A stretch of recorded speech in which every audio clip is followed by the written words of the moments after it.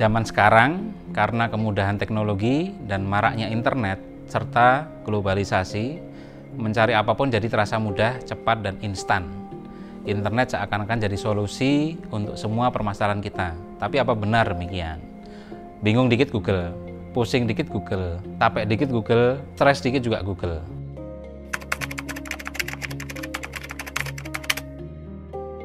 Ayo, siapa yang pernah search gejala depresi atau ciri-ciri sakit mental, atau bahkan nanya spesifik yang sudah jelas self-diagnose kayak apakah malas bangun dari tidur itu adalah depresi? Sebenarnya apa sih self-diagnose atau diagnosa mandiri itu? Self-diagnose artinya mendiagnosa diri sendiri dan mengira-ira kita mengidap penyakit tertentu padahal belum tentu benar.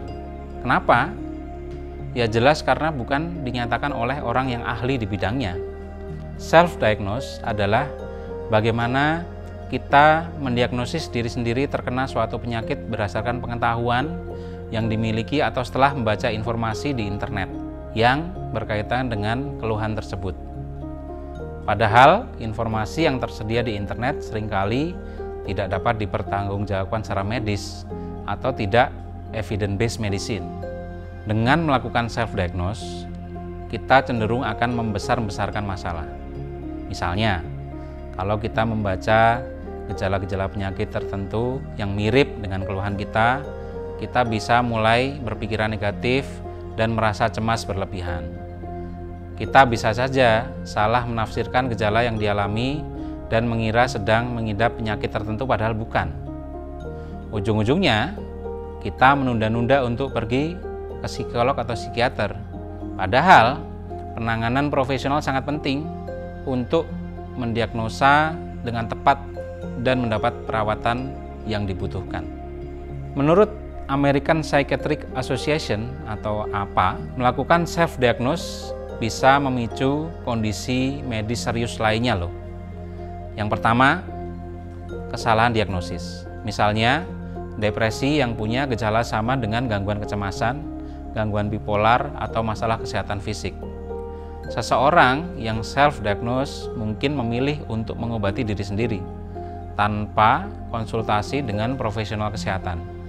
Ini bisa berbahaya, terutama jika ia menggunakan obat-obatan atau terapi yang tidak tepat yang bisa memperburuk kondisinya.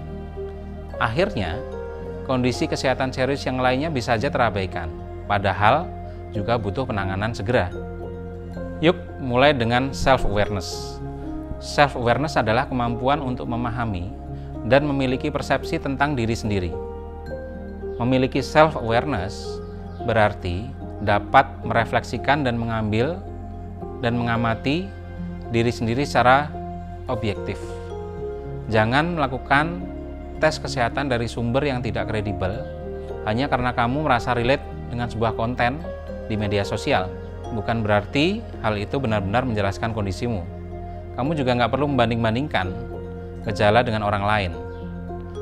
Segera konsultasi ke psikolog atau psikiater jika mengalami gejala gangguan kesehatan mental agar mendapatkan diagnosis yang pasti dan terapi yang cepat dan tepat.